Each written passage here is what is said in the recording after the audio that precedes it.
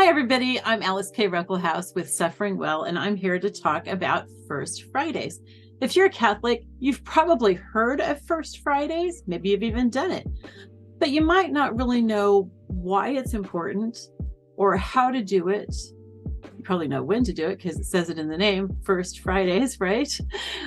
So we want to talk about all of that. I'm going to give you a little bit of history in a little bit, and I'm going to, first of all, summarize what it is, and then we'll talk about each of those points, okay? But this is going to be really quick because it's not that complicated. So what it is this devotion to the Sacred Heart of Jesus.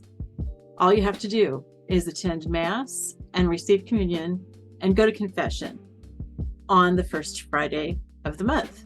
All right, so let's go back and talk about this. So why is this important? Jesus came to St. Margaret Mary Alacoque towards the end of the 17th century. There had been a really, really horrible movement in Catholicism since just a little bit after the Protestant Reformation.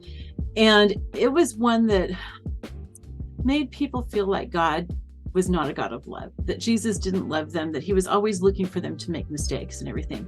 And so Jesus wanted a way to correct that. And he came to St. Margaret Mary Alacoque, and he told her about, he told her a lot of things, but he wanted her to start this devotion to his Sacred Heart. Now, what is his Sacred Heart? Yeah, it's his heart, but what it means is his love for us. It means his eternal, very compassionate, uncompromising love for us. And a lot of us, frankly, have trouble understanding and believing and accepting that. That's something that I struggle with a lot. And I can talk about that another time. I'm not going to go into detail about that. But if that's something you struggle with, this will be especially helpful for you. But it's also for us to make reparation to him. Make reparation for what? For all the people who don't love him, who disrespect him, who aren't grateful to him for what he's done. And so it's kind of like Father Michael Gately says, a way to console the heart of Jesus, which sounds really awesome to me. It sounds so sweet that we can actually console the heart of Jesus because he's so grieved about the way that the world treats him. Okay, so that's why.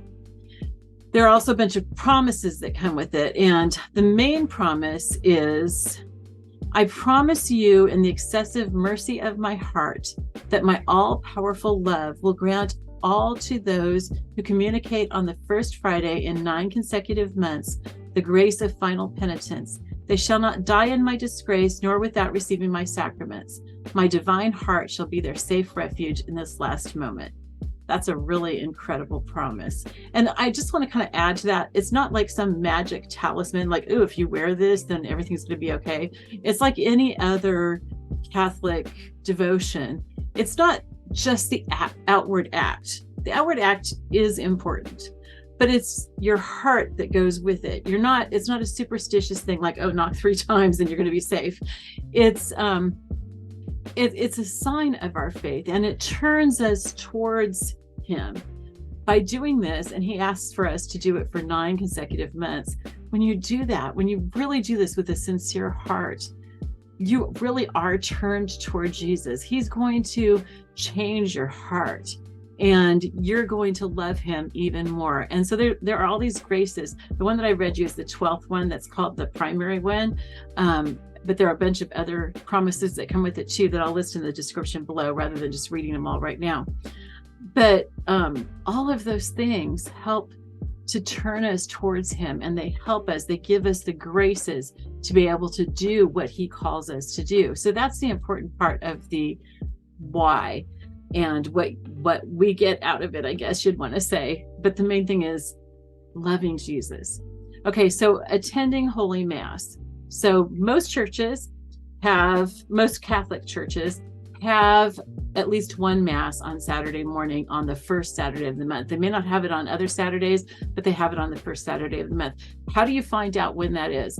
Well, you can usually look in your parish bulletin. If you absolutely need to call their office, then do, but they're so busy, you guys. So it's really, really best if you can look in the bulletin and find out, or even think ahead of time and ask your confessor. So, because they can tell you, and they'll be thrilled that you're planning to come. So attend Mass and receive communion. So to receive communion, you have to be in a state of grace, right? If you have any mortal sins, then you need to confess those before you receive communion. Confession is also one of the requirements of receiving the graces for this.